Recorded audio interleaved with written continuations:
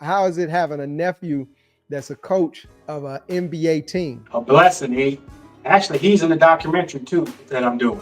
But Okay. yeah, it's a blessing. Willie been in the NBA for ever since 2003, and just to be able to be there for him, man, back when he was young.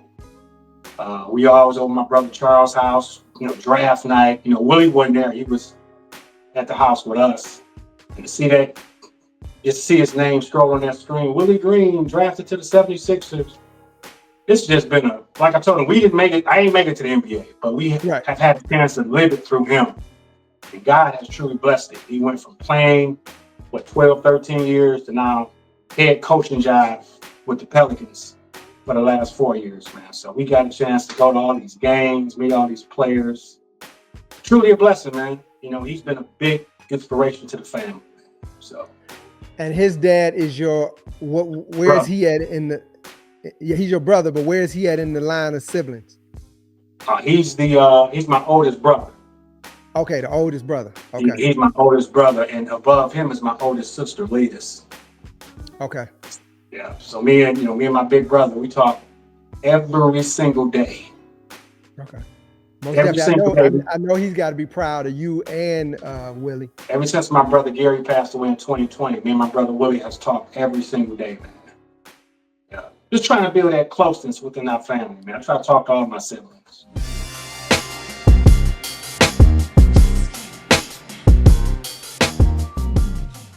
So I want y'all to give a warm disruptor welcome to Ant Green.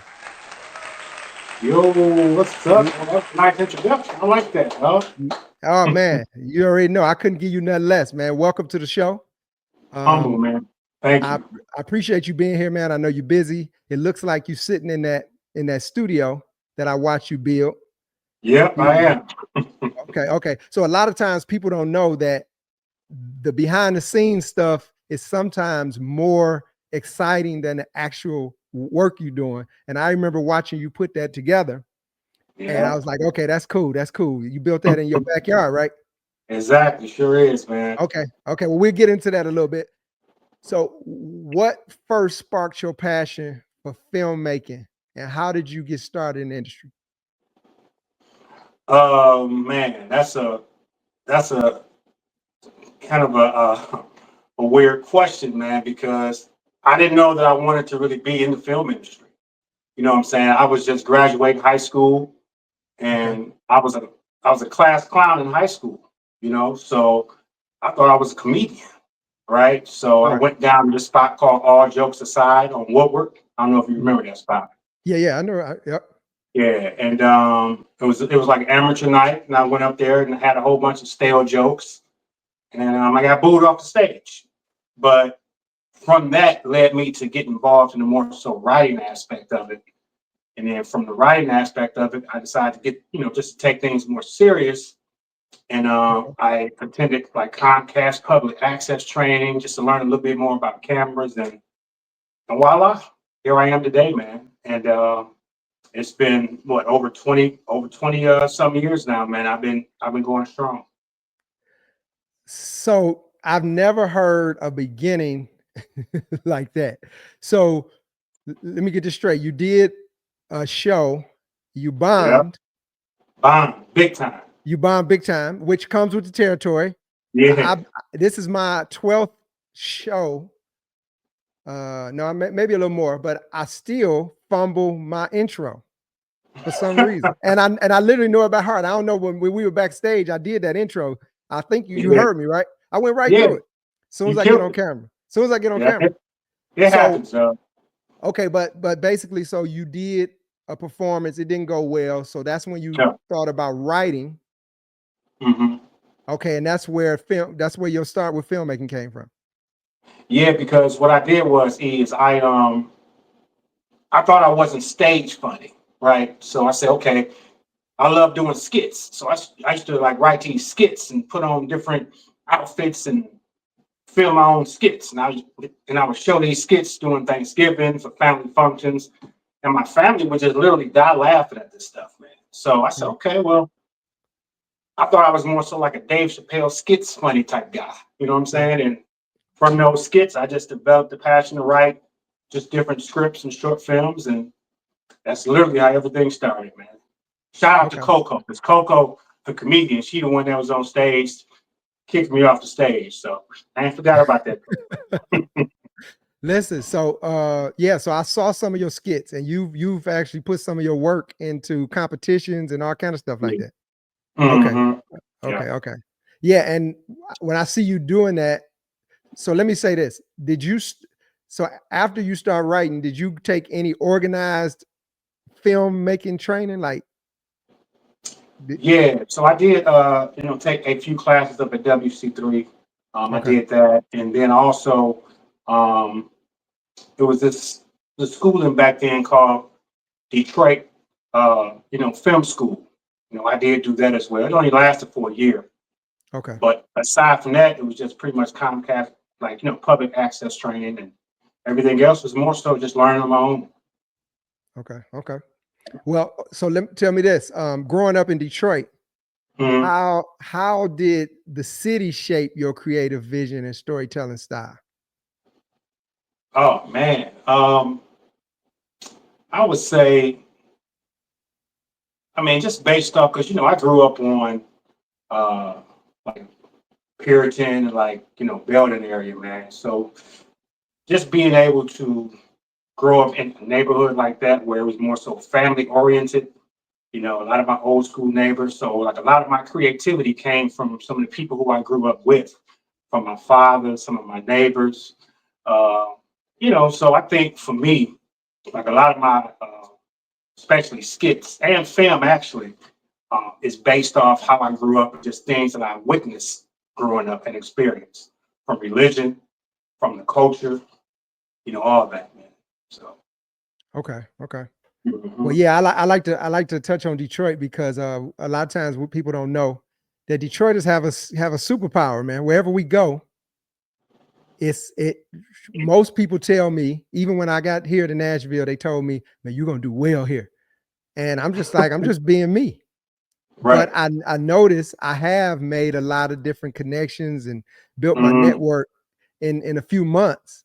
So I can see the light at the end of the tunnel. And I don't think it's a freight train, right? I Exactly. think, yeah, I think it's the horizon. So, I'm Right. looking forward to that. So what's a defining moment in your career that made you realize you were on the right path? Well, honestly, man, I've been doing this a long time, man, Okay. and none of my films were getting selected at no festivals, no nothing. Again, I was still learning, right? Yeah. But that went on for years, for a few years. So I think it was 2012. I had wrote a short film called Intervening. It was a short film, and I literally, I ain't gonna lie to you, I asked God, I said, God, look, if this is something that you really want me to do, just show me one sign, something. Just all I need is a sign. If you show me a sign, I'm gonna pursue this with everything, right? So I wrote the film, I shot it. I said, okay, I'm about to put this out in the universe for film festivals and just see. With that film, it got picked up at 2 festivals. We didn't win, but just the fact that he got accepted. And ever since then, I've been on and popping. I don't take nothing lightly. I do short films, I do feature films, I do weddings, I do. There's no limit now because God has already showed me this is the route He wants me to take. So. Yeah. And I like I told you before we came on live, your professionalism, the work that you take, I have yet to see you at a trap music video. You do any of those?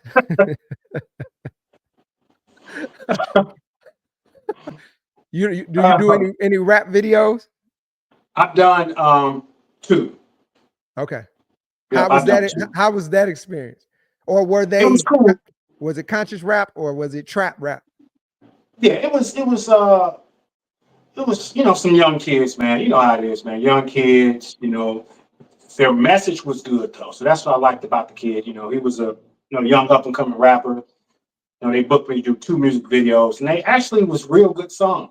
They weren't downgrading women and nothing like that. So I like to be a part of projects with positive messages, because I'm positive. Yeah. And I like to have that positive energy flowing through majority of all my content that I put out. Okay. Yeah, I get you. I'm the same way when it comes to that, because Yeah. a lot of times when you peel back those layers and you look at it later, you like, I did that. So I got some posts on social media that I was going through some stuff and needed healing, and I'm posting stuff, late at night, mad about some stuff, and like, man, if you don't take that down, that is not who you are. Yeah, yeah, It happens. It it happens. happens. That's Yeah. why they actually have like an app where you can post something and it gives you this little buffer time before it Hmm. posts. So you can, if you Right. change your mind, you can take it down. You got time left. Yeah. Yeah, yeah, yeah. Uh, Um, so like you said, your work has been recognized at different film festivals. What do you mhm. think sets your storytelling apart, though? Um. Yeah, I would say, like I'm not the typical. I realize that, like I'm not the typical filmmaker. You know what I'm saying? Um, I think because I come from a positive space, and then once they get finished watching the film, they see like, okay, I see where he was going, or I see what he was trying to say. You know. Right. And then some of the stuff that I wrote is actually it hit home with like a lot of people. You know. Without mentioning no names, I did a film called Run. It's a short film. And the film literally came from a space where there was a guy over my house. He was cutting my hair at night. The guy that go to my church, right? Right. And cool guy. So he's cutting my hair, and we was talking about religion. And he started mentioning to me some things that I didn't really agree with in regards to just how he thought a lot of other religions was gonna bust hell wide open. This Right. is what he was saying to me while he cut my hair. And I'm listening to him like, what is this guy talking about? So I just kept listening and listening. So he jumped from that conversation, to now how many women he's sleeping with in the church. So I said, okay, so first you downplaying all these other religions, and then you have the audacity to tell me you're sleeping with all these different women in the church. What I did was I took his story and made my film called Run. And it's a Okay. very inspirational film, but that's really how I come up with these ideas. I just look at life and just what other people talk about and kind of come up with my own way or spin to it. Yeah, yeah. So him being hypocritical. Oh, terrible. Yeah, yeah, yeah. That was the basis of your film. Okay, I got you. Yeah. Now, how do you balance creativity with the technical aspects of filmmaking? Like, you can have a big vision, but Mhm. do you have the right budget to bring that to the screen? People have all these ideas, but Yeah. when it comes down to it, can that budget make that happen? That's a good question. See, me, I write based off my budget I know I can get. Yeah, yeah. you know. So if I know I have a house that we can film at that I don't have to pay my cousin to use, or I know my Mhm. friend I got a bar, okay, we can shoot at this location. He'll probably charge me $100. So I try to write according to the spots I know I have access to. Now if it comes to a part where I want to write, okay, I want to shoot at a theme park. Oh, let me think about that because I don't know anyone that has a theme park. Okay, let me just call to see how much it would cost to rent out some type of theme park, or can we stage something up that look like a theme park? So for me, that's how I kind of write all my films, scripts, just pretty much things that I really have access to that won't charge me a lot of money. Okay. Okay. Yeah, that makes sense. That's what we used to do. Because I got a little background in filmmaking as well. And that's what well, I think that's because I wasn't the one writing, but Okay. the people that I was working with, they always made it always turned out. Hmm. Obviously, I feel like they were they were kind of leaning towards making sure that it wasn't a big budget. A lot of Yeah. the story was in one location. It wasn't Hmm. a lot of car scenes where the car was moving, you know. Yeah. So yeah. I think that's what they were kind of focusing on. Right. Uh, Yes. So like even with the film that we did called Last Words, I wanted this particular one scene to be shot in Georgia. For some reason, I just said this got to be shot in Georgia just to be able to get the scenery, and it was the South. So I'm like, you know what? I have a cousin that stay in Reynolds. Let me call my cousin to see if we can shoot at their location for like 2 days. And sure enough, she picked up the phone. She said, "Oh, come on down and shoot." I said, "Okay, cool." So we went down there, shot everything in 2 days, but it really helped my story, and it yeah. didn't really cost us a lot of money, you know. What's the biggest challenge you face as an independent filmmaker, and how do you overcome it? Other than budget, what else? Mm, um, I would say for me, I would say is maybe dealing with some of these distribution places, you know. Okay. Yeah, some of these distribution places that's out here. I've learned a lot over the years. I have a movie streaming and just see another company get the bulk of your money. You know, Yeah, I, yeah. that kind of rubbed me the wrong way a little bit. But I know now moving forward on what to do. That was just like my first film, and yeah, that was kind of rough to see. That was rough to see year after year after year. This company gaining money off something that you created. So let me ask you this: speaking Yeah, of distribution channels, do you have anything on Tubi? yeah. Okay, okay. I don't know if I missed you saying that. What film do you have on Tubi? It's a film called Last Words. Oh, Last Words is on Tubi. Yeah. Okay. Hmm. Now I guess Tubi is hot for local movies right now. You know what I'm Yeah. saying? It's hot. Hmm. So what is your ultimate goal? I know we want to be on the big screen, but Yeah. what streaming service would be most desirable for you if you had a choice? If not all. Uh, yeah. I realize, E, that I like to accomplish things that I haven't accomplished before. You know what I'm saying? Like I haven't got a film on Netflix before. So Okay. that's one of my goals. I haven't had a theatrical release with one of my films is worldwide. You know what I'm saying? So I try Yeah. to, and it may be impossible, but that's my mindset. Like I like to do things that I haven't done. I've been on Tubi, I've been on Peacock, I've been on Amazon, I'm on Roku, which I'm thankful for. Right. But for my next film that I'm working on, I got some new challenges that I want to try to overcome for myself. So yeah, like a Netflix would be ideal, you know, Sundance Film Festival, things like that. I like to try to, maybe I win, maybe I don't, but I like to try to at least, give them my all and just see where it goes. Okay. Yeah, like Sundance is like one of the most popular film festivals. Yeah, well, to me, that's like the Michael Jordan of film festivals, you know. Okay. Uh, Yeah. So if you can get a film there, then it's probably gonna get it's probably gonna get national distribution. Yeah, exactly, exactly. most So that's definitely. my goal. That's my goal, man. So been doing my Okay. research on it, and we'll see. With my new documentary I'm working on, that's the goal with that. So, How has your experience been working with local talent? oh man, local talent in Detroit is awesome. Okay. Yeah, we got some phenomenal DPs, some phenomenal writers, some great directors, man. Detroit is really popping when it comes to just making films, and Yeah. the talent we have in Detroit is freaking amazing Now I from said, all aspects of film. yeah, we are the Motown of movies right now. Killing it, man. Like Yeah. I went to a film festival in Ohio, and they were surprised that I had a film stream. They was like, "You actually making money on a movie?" I said, "Yeah, I am now."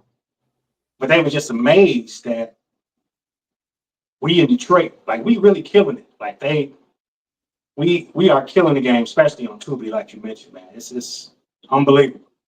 Yeah. So speaking of last words, Mhm. it's streaming on major platforms. What does that success mean to you? It means a lot because we put in a lot of work to make the film, and to see it finally, one, get distribution, and then over the last few years, we finally getting some type of residuals on the film. And then it showed me that I can do a film with a small budget. Like I spent what 20,000 to make the movie, and of Yeah, course we made that. Yeah, and of course we made that back and some. So it just shows me with the little small deals, the little small cameras that we use to make that small production, we could do things moving forward on a bigger scale. that's speaking of cameras. What's your go-to? I know we shot our two films with DSLRs, and that color is rich. I'm looking at my color on this screen, and for whatever reason, it keeps jumping. I don't know what's going on. But this is a poly camera that I'm using. Okay. It's for like conferences. So it'll Mm-hmm. move. If I move, it'll move. But right now Yeah. the color is really tripping. So I just want to ask you because I'm in the process of upgrading. And What do you think what's your ideal camera for shooting? of course, I mean, for me, I think it'll probably be like a red camera, but Yeah. I personally use Sony's right now. I just upgraded from like a Canon to these Sony's that I'm using. So maybe moving forward in the future, maybe like a red, but um, I'm loving the Sony colors. Have you ever used the red? Um, I haven't used one. No, Okay. Yeah, yeah. no. We rented a red before. Hmm. And the only that was back then, but the drawback was it took a lot of memory. So you Did had to it? have huge cards because Hmm. back then, um, that was 2013, I think. So Wow. now they probably have a little SD card that it's probably a You already terabyte. know. It's probably a Exactly. terabyte. Yeah, yeah, yeah. Yeah. And then again, just like I said before, this goes back to what I said. I might not even upgrade because I like to do things that I haven't done before. So I got these Sony's. Can I make a high quality film and using this small mirrorless camera? I've seen it Yeah. done before on this horror film. I can't remember the name of it, but they used my exact same camera. Can't remember the name of the film, but it was a very good film. The colors look great and rich. I'm like, okay, if they can pull this off with the same camera and body I have, why can't I do that? That's me Yeah. though. I'm a little Yeah. I'm Yeah. a little nerd when it comes to that. You know what I'm saying? So But when you get on YouTube and you start looking at these little DIY videos that these people just shot, you looking like, man, they'll do something with an iPhone that looks like a red. yep, yep. So, it's kind of like watching social media. Sometimes you can forget, like your Sonys, they do a great job, but you Hmm. start looking at these other cameras and you like, man, I could upgrade, but Yep. it's this cinema look that the films that do that. How should I put it? I noticed that Moolah Films, they are using them now in their series. Yeah. I think they're using them on all their films now. If you familiar with Moolah, Yeah. Yeah. Sure. okay, yeah, they're Club. using them on. Yeah, they're using them on all of them. G Block or something like that. Mm-hmm. Yeah, they're using these cameras.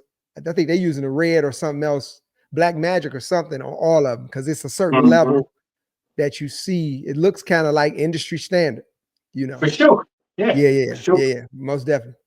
So yeah, Um, man. And then I always say to myself, like, even with a cell phone, let's just say if James Cameron or Spike Lee only had a cell phone to their, you know, at their disposal, could they make a quality film with just a cell phone? I say yes. You know what I'm saying? yeah, So so yeah, we'll see. We'll see yeah, moving forward. definitely James Cameron, man. He basically went diamond on 2 or 3 Exactly. films. Like, Exactly. he done broke all kind of records. So you won the best inspirational film for Match. Yeah, yeah, yeah. That was so after we did the short film Intervening back in 2012, my next film was called Match. That was a small documentary I did about my sister that was battling leukemia. So I wanted to just film that process because what it was is the doctor told her that she needed donors that can, because she needed stem cells. So they ran a match between all my siblings, and I was the match for her. So I just filmed the process that Wow, she for real. went through and I went through, because it was kind of a deep process where they had to inject some stuff inside me, man, and yeah, it was a lot. So I filmed the whole process and with her, going So through what so she went through with the team. so it worked out. She It, it worked out for a while, but she did have a relapse. Oh, okay, okay. Yeah, Yeah, sorry to hear that. yeah. Sorry So to hear that was my first award-winning film. Was that documentary that I did on my sister. that. Okay, well, I was gonna ask what inspired it, but yeah, that's deep. Yeah, man. That's deep. Just That's deep. yeah, for me it was just the process because I had never been through like nothing like that, And she was going through some things emotionally with that. Our family was, and just to be able to have that memory of her and then how um, thankful and appreciative she was of all her siblings getting tested for her to be this match. It was Yeah. like I say, it's an awesome piece. How many siblings is it? 12. That's why my company is 12C Productions. 12C. Okay. I'm the I'm the last out of the Mohicans, man. So So how old were your parents when they had you? my mom was 48. Okay. Yeah. Mm. Ain't Oh no yeah. way 48 I'm having no more kids out. It's over. Yeah. Well, that basically means that you are, yeah, because that's at geriatric. Once you get to time, it's dangerous for both of y'all. It's seriously, yeah. So most definitely, you're supposed to be here, brother. Obviously. Okay, for real. So in 2006, you were a finalist in the sex education. Oh yeah, yeah. That was like a little competition that I did, man. It was a sex educational video contest. That was one of my earlier videos that I did, man. And again, I was just throwing some stuff together, and yeah, I actually made the top little finals with that. That's again motivation. All the stuff Yeah, is yeah, motivation, man. yeah. You didn't win, but just the fact God was showing me, like, okay, Aunt, you in the right field, keep at it. Yeah, and it builds your confidence, man. Mm-hmm. It builds your confidence. So without that one, you probably wouldn't made it to this one. You see what I'm saying? Sometimes Exactly. everything that you go through, if you take one step out, you could lose the whole legacy. You know what I'm saying? Yeah. It's like So it's most in definitely. divine order. You know what I'm Yeah, saying? yeah. So so let me ask you this. You've been working on a documentary, drum roll, Let's do it. that's supposed to release this year. Can you Yeah. give us like a sneak peek into the theme of it? Yeah, just real quick. It's something that all came as just an idea just to capture things during COVID. So Oh, I really okay. shot the doc. Yeah, so I really shot this all by myself because we was on lockdown. Yeah, So the I remember. idea I was really remember that. just yeah. So the idea was just to get footage. That's all I was doing was getting footage. But it's crazy because that idea turned into something totally different than than where I am now. You know what I'm saying? So, Yeah. but just to give you a brief synopsis, it's just a film. Well, actually, let me ask you a question. 2020. What are your takeaways from 2020?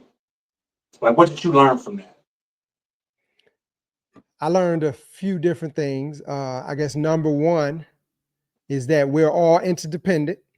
We need each Mm-hmm. other for intimacy, companionship. We need each other. So Mm-hmm. so that's one thing that I took from it. Then also I was one of the conspiracy theories who didn't get the vaccine, Yeah. and I caught the C-19 about 4 times. Yeah. So and my prayers to everybody that lost somebody that suffered through that whole time. I was Mm-hmm. one of those. I was a conspiracy theorist, but I wasn't one of those ones that were just being reckless and throwing that out because people had lost people. You know, you can't say that it's something that hasn't been proven, but you don't have another choice. Yeah. You know, to like my dad, I didn't take it, but I didn't tell him not to. He's in his 70s. Exactly. I couldn't have lived with myself if he didn't take it. He caught it and passed away. I wasn't gonna have that on me. You know what I mean? So yeah, so I took that from it, and then also I guess that's just a couple things. I don't know if I touched on anything that you were trying to convey. You actually did, because Okay. that's pretty much what the film is. Okay. It's a film about COVID. It's a film about police brutality. It's a film about the vaccines.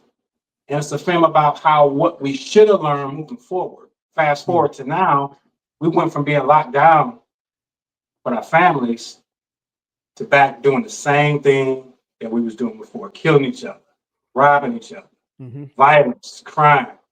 And that's really the aspect that I tried to show in the film. So it's going to show us being locked down, one, but I'm fast forwarding it to now, and I'm doing flashbacks of just the current events. It's deep, bro. It's not just a typical. Man, listen, I remember when you were doing it, and I was like, okay, because see, when things are happening and you can catch them in real time, yeah, and you're conscious enough to know that this is something that's happening. This is something that will never. This will be talked about forever. And for you to have enough foresight to really capture it. Yeah, we definitely caught a lot of shots in real time, and I'm still polishing up the end, but it's pretty much done. I'm just really sitting on it, watching it, critiquing it. And the crazy thing is this: I've been changing the film so much till I put out one episode just the film festivals, just to see exactly what other people think of. Right, so I didn't put the whole thing out. I just put the first episode, if you will, out to festivals. So I got some real positive feedback. But for me, from the time I spent on it, that's not enough for me. So I went back and revised some things. I switched up some things because I want a heck of a response when people see the film. So I didn't put out the whole film in the festival, just parts of it, just to see what other people think. And like I said, we did pretty good, but that's not the response I want from the piece. I want it to be very touching because, my brother, I don't know if you know this, but making that film, I had a brother that passed away. No, I didn't know During that. the same day, during the same day that my daughter was supposed to graduate from Eastern Michigan. And I was recording that day, and just so happened I was able to catch my brother's transition, like in the film too. So it's it's kind of a. Did he pass from COVID? No. Okay. No. Okay, but it was during that time. What year was it? 2020. Okay, well, y'all able to go to the, was in the hospital? Y'all have a funeral or? But back then they was doing more so stuff outside. It was just weird. Yeah, it was weird, man. It was weird, man. But my condolences on that, man. I didn't see that. Oh man, yeah. So like I say, all this information is in the film, and I think people are gonna be able to revisit that moment, and it's gonna take people back, man. But they gonna understand that's the point big, I'm man. trying to. Yeah. Yeah, that's big. That's big. Okay, so I remember that when you were shooting that. Yeah. So almost done. Okay, well, yeah, I'm looking forward to that. And when it comes out, man, make sure you stop in, man, so we can promote and talk about it. I would love to have you back. Oh yeah, for sure. You already know, E. So what's the significance of documentary filmmaking, and how does it differ from directing a narrative film? You know what I'm saying? Like for you. Yeah. Honestly, for me, a documentary to me is more, I ain't gonna say harder, but it takes more time, especially if you're passionate about, not saying I'm not passionate about, doing a regular film as opposed to a doc, but for this documentary, maybe it's because also I shot it myself. You know what I'm saying? Yeah. But for me, this documentary, I'm really taking time. There's a lot of information, a lot of data that you got to research and understand your subject, as opposed to just writing a script for a film. You can just go cast some actors and like actresses and go shoot it. Yeah. So it's like it's a little difference in regards to just the time. I spent a lot of time researching COVID and crime rates and all this stuff of this film, whereas opposed to just like a regular, narrative film, a little bit different. To me, this is a little bit more easier as opposed to a documentary, you know. Yeah. Yeah. I could see how that could be. Yeah. And I'm still learning because we're actually kind of still living it. Like COVID ain't going nowhere, it's still here. So, Yeah. um, Yeah. yeah. And that's Okay. another thing. Like I want to really take my time with it too, because we didn't know. I was like you. I didn't get the vaccine either. So I was collecting data to see like, okay, these people that got the vaccine, let's see what happened with them. Like, you know what I'm saying? We Yeah. didn't know how babies was going to be, you know, I wanted to take my time with this study to see what happens or if anything happens from people that, got vaccinated. Yeah. So, Yeah. Yeah. you know, And at that time, Anthony Fauci, oh, and you yeah. even had it was just that's back when Trump said drink some bleach or something. Yep. It was a Get yourself a. crazy time, man. Like Oh my God. I Yeah, it was I remember weird, weird time. when I had a conspiracy theory, I kind of was running with the 5G conspiracy theory for a Oh yeah, minute. yeah. We were just really, if you really, it's dope that you captured that, man, because our Yeah. kids will look back at that and say, because I remember they had the bird flu or some type of, not a bird flu, but there was a flu back in the day, My Spanish diphtheria, flu. Spanish flu. Yeah. And you see a lot of, we didn't have a lot of, we definitely didn't have social media. We didn't have a lot of media outlets back then, Mm-hmm. but this one will be different because if I'm not mistaken, we had millions of people pass away from this. Mm-hmm. And we were different, man. Like you had to trust yourself. You had to, people were turning on each other Oh yeah, no because people question. didn't take the shot, and My families were brothers, falling apart. my brothers drilled me for not getting it every time I talked to them. Yeah. Yeah. Every time I talked to my brother, they was drilling me. But they care. That's all it is. They Yeah. just Yeah. care for me. Right. But it's just it was polarizing to see us. We had never been, you got a chance to kind of see your resilience. You got a chance to see your health, how your health was. Because I got it 4 times, Mm-hmm. and at any time, I had been working out and trying to stay healthy prior to that. Mm-hmm. So that helped. But anybody that was compromised when that came through, it was rough. It was rough. Yeah, Yeah. yeah. Most definitely. So yeah, So, it's gonna be an interesting piece, man. Like I can't yeah, wait to man. share it with you guys. Yeah, you got yourself something with that one. Yeah, that's what's taking me so long, E, because I want it to be right once I really get it out here. Because once it's out here, it's out here. I ain't changing nothing. So Right, right. So what's a film, yours or somebody else's, that deeply impacted you and changed how you tell stories? Like who's somebody that you look up to in the business? my idol, man, and will always be my idol. I know you're gonna probably say him. Just being honest is Spike Keenan Lee. Ivory Wayans. Oh, Keenan okay. Ivory Wayans. Yeah, Okay. yeah. Okay. He's like my number one idol. Okay. And And I say Keenan only because I think we have some similarities in regards to he got a big family, so do I. You know, he's the type of person that wants to put people on and give them opportunities. So am I. mhm. You know, he was a stand-up comedian. I was a stand-up for maybe 20 seconds, but that's Yeah. neither here nor there. But 15. I just like Keenan's demeanor, man. That's all. Okay. Okay. And for me, I like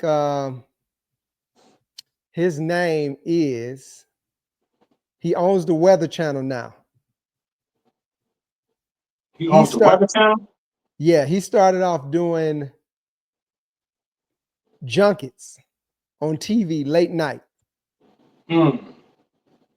What is his name? He's at this point he's a billionaire. He owns all the Mm. court TV shows. What is his Who is name? that? Somebody Who is? chime in and tell me what his name is. He's from Detroit. Oh, Allen something. Byron Allen. Byron Allen. Yes. Okay. I know. Byron Allen. Yeah, that's that. Yeah.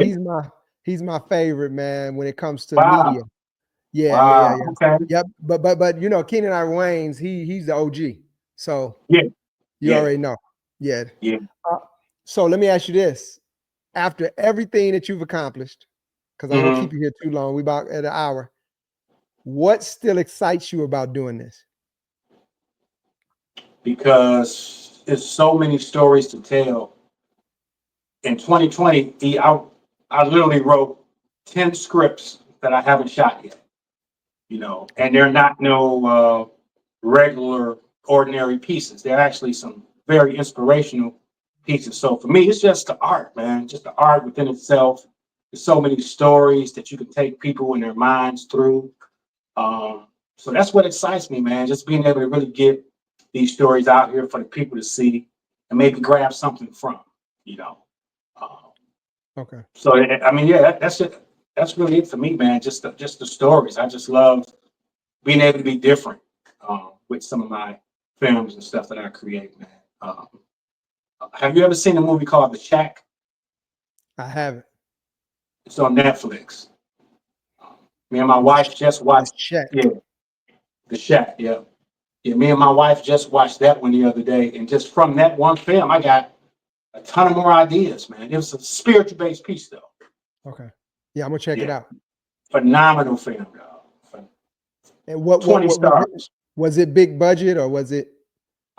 Yeah, because it had a few dope actors, like my man that played like the lead in like Avatar. I can't remember his name. He Oh was in it, wow. Okay. and then the one black lady, her name was Olivia something. Olivia She was Pope. in it. It could be, she kind of, Okay. kind of like, chubbier a little bit. Okay. Yeah, yeah. I think I know you're talking about. Yeah, Okay. great film, great film. So speaking of writing scripts, have you adopted AI yet or anything? Any AI, artificial intelligence in your work? A little bit, yeah. Yeah, yeah. It's coming around to You, that time, man. I have. yeah, I yeah, have. Yeah, yeah. I use it. I use what is it? Chat GPT. Okay, Yeah, I use Chat GPT for a lot of times I would write it and then put it in there and they just tend to it just expands the output, man, that you can do. right, Uh, because we are creatives, but when you're creative, a lot of times you have to be inspired. sure. I don't need to be inspired no more. I just need the idea. I need a mustard seed of an idea and this Yeah. computer, and boom, I can spit something out that I can work Mm, off mm, of. mm. It's a beautiful thing, Yeah, man. And yeah. and I normally use like AI for my audio, where when we shoot these projects, I upload these audio tracks to this like AI, platform, and from this platform, it recreates the same audio, except it's actually AI that's like the voice, but it sounds like yours, and it also wow, enhances. It enhances, like it take out the background noise, and you can't even tell it's not you, but it's really AI. You know, man, is this really you in this interview, bro? no, this AI. No, I'm joking. No, because I never. Okay, see, and then that's another thing, man. Like it's so many. The possibilities are just enormous, bro. No, it's Because I endless, never man. I never thought about that. I never thought Mhm. about that. And just imagine where we're going, man. Where we're going. It'll get to a point where doing something from a human will be a novelty because Mm, it'll be so much quality stuff based on AI yeah, until you'll be looking for. It's kind of like finding a female without tattoos at a certain point. You know what I'm saying? Like this, yeah, everybody got tattoos now. So to find somebody with a clear canvas, it's like, oh, okay, yeah. no That's kind of tattoos. exciting.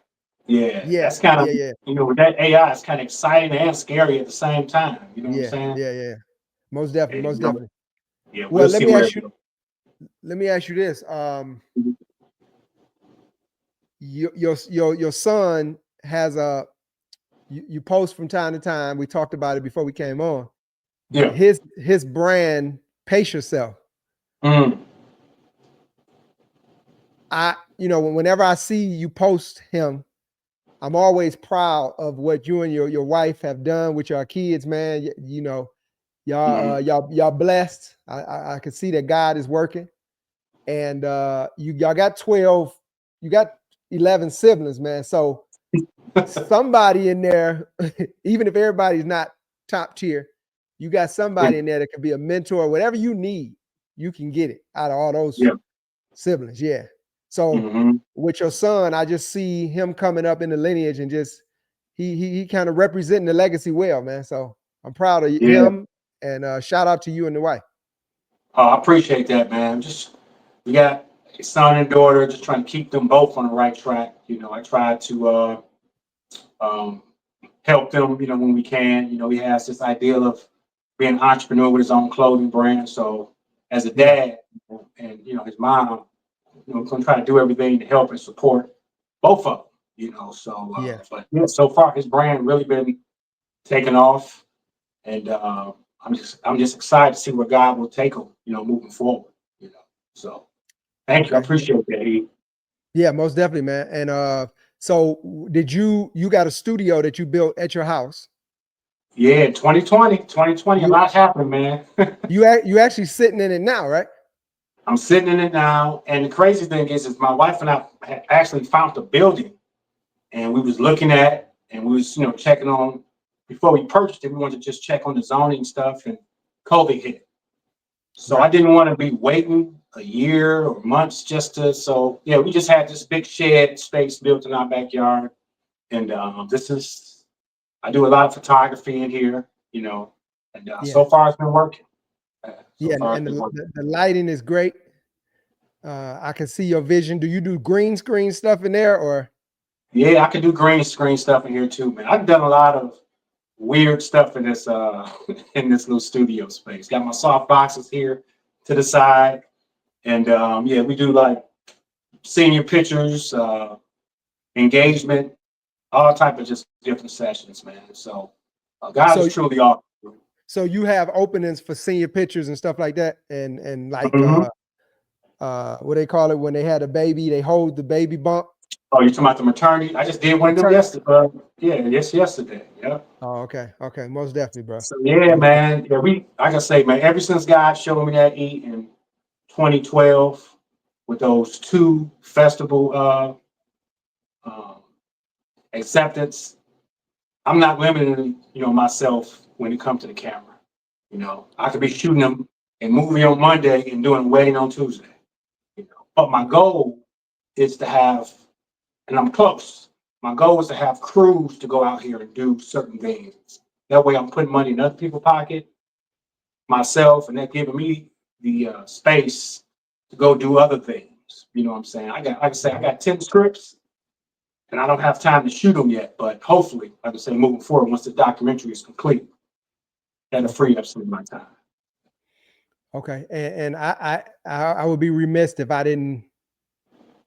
I have my goddaughter. She has a prom this year. Oh.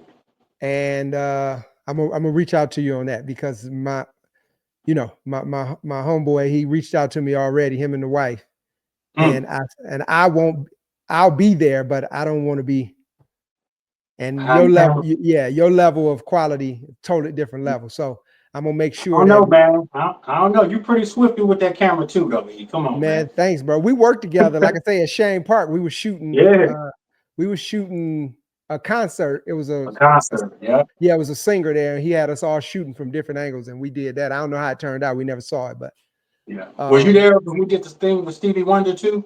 Yep, I was there with Stevie Wonder. Yep, we got a chance to do that with Stevie. Yeah, that was pretty cool. Let me ask you this: how do you balance the work life? I mean, obviously, you work right in the backyard a lot of times. Yeah. But how do you balance that with family and working so much?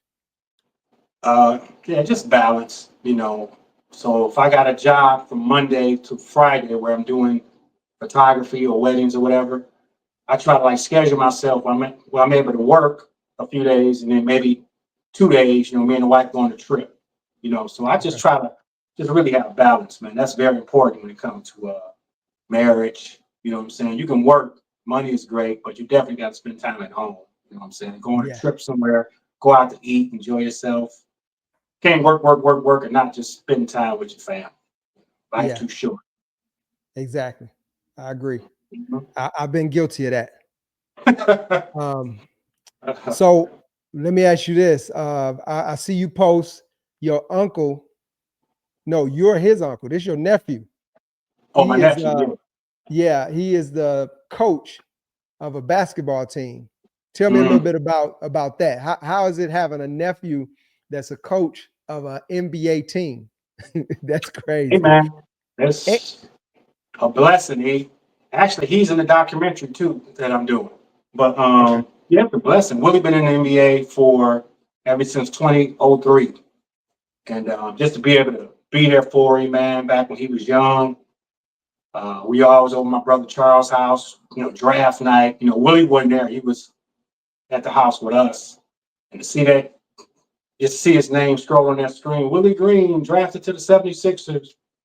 It's just been like I told him, we didn't make it. I ain't make it to the NBA, but we Right. have had a chance to live it through him. And God has truly blessed him. He went from playing, 12, 13 years to now head coaching job with the Pelicans for the last 4 years, man. So we got a chance to go to all these games, meet all these players. Truly a blessing, man. You know, he's been a big inspiration to the family, man. So, And his dad is your what? Where is brother, he at in the? Yeah, he's your brother, but where is he at in the line of siblings? he's my oldest brother. Okay, the oldest brother. Okay, He's my oldest brother, and above him is my oldest sister, Letus. okay, Yeah. So me and my big brother, we talk every single day. okay. Most Every definitely. single day. I know he's got to be proud of you and Willie. And Yeah. yeah. Yeah, we Most talk like definitely, man. ever since my brother Gary passed away in 2020, me and my brother Willie has talked every single day, man. Yeah. Just trying to build that closeness within our family, man. I try to talk to all my siblings, yeah. Yeah, yeah. That's a lot, man. I'm a so if I say I'm only child, my sister's gonna beat me up. I'm not only Man, child, but listen. I wasn't raised with them growing up full time. Mm, mm, So my dad had two daughters and myself, mm. and but my mother, it was just me. So I can't even imagine all those people. So basically, everybody was kind of out the house by the time you grew up, right? You were the only one. Yep. And that's why I'm so close with my nephews, because I grew up with their kids. You know what I'm Exactly. saying? Yeah. So me and my nephews and nieces, we are very close because they would bring their kids over to my mom's house. So all Okay. my nephews and nieces is like my little brothers and sisters. Okay. Well, that's Crazy. dope, man. So tell me this: weddings, Mhm, all kind of you do all kind of video shoots, photo mhm. shoots. How Yeah. does someone get a chance to not only see your price list and your website? How do people get in touch with you? So what you guys can do, of course, you can follow me on Facebook at Ant Green or Instagram at Ant Green One. I do have a Google site where you can check out some of my work. Just go to Google and just type in 12C Productions. And then from there, it'll take you to all my different websites and whatnot, like my Vimeo. I have my number, my email, and all that stuff on there. So please follow me. And same thing on LinkedIn. I'm on LinkedIn as Anthony T. Green on LinkedIn. So, um, Okay. yeah. Okay. And if do you do any mentorships or what are you doing anything in the community with, I know you got a host of nieces and nephews probably that you gotta keep in line or help out but are you doing any type of mentorships with your company or anything like that? Yeah. So what we've been doing actually for the last few months, I've been doing actually training sessions for kids or people that wants to learn how to do photography or video. We've been doing like little one-on-one sessions. So if you have a kid or if you yourself want to get into this space, definitely reach out. I'm a big advocate of helping, assisting. You know, I'll never like to put myself on a pedestal. You know, I'm always open. I'm free.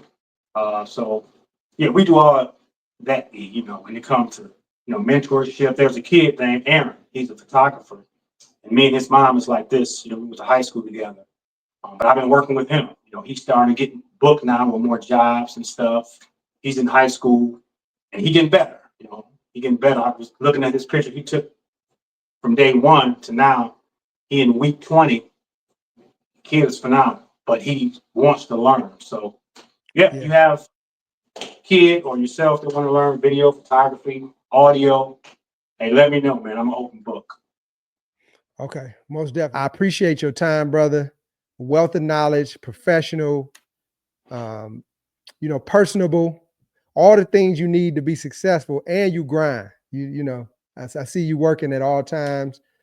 I'm sure customers would say that it's quality work. If you say you're gonna do it, you do it. I'll vouch for you. So most definitely, man. I appreciate you coming to the Pattern Disruption Podcast. Is there anything you want to leave the people with? Well, first and foremost, I just want to say before we get out of here, E, man, thank you for allowing me to just, jump on this space with you, man. I'm always humble for you to open up your platform, especially to me. Like I said, I've been knowing you for some years now. You've always been a solid brother. And again, I don't take nothing for granted. Thank you again for allowing me to come on here, man, and just talk briefly about some things I'm doing. I guess if I can leave y'all with anything, I'll leave y'all with this. May you live as long as you want, but may you never want for as long as you live. Okay, that's dope. Yeah. That's a perfect way to go out, bro. I appreciate you being here. I look forward to as soon as the movie comes out, or you having a premiere, that you come back, man, and let us promote, let's share, and Will do. Oh yeah, most definitely. I'll talk to you soon, brother. Well, there y'all have it, man. For anybody that saw Ant Green, he's the real deal, as you can see. His work is impeccable. I vouch for him. I would refer him. I appreciate everybody for stopping by. To anybody that needs any information about how to get in contact with him, just put it in the comments or inbox me. I'll make sure before the video is actually live.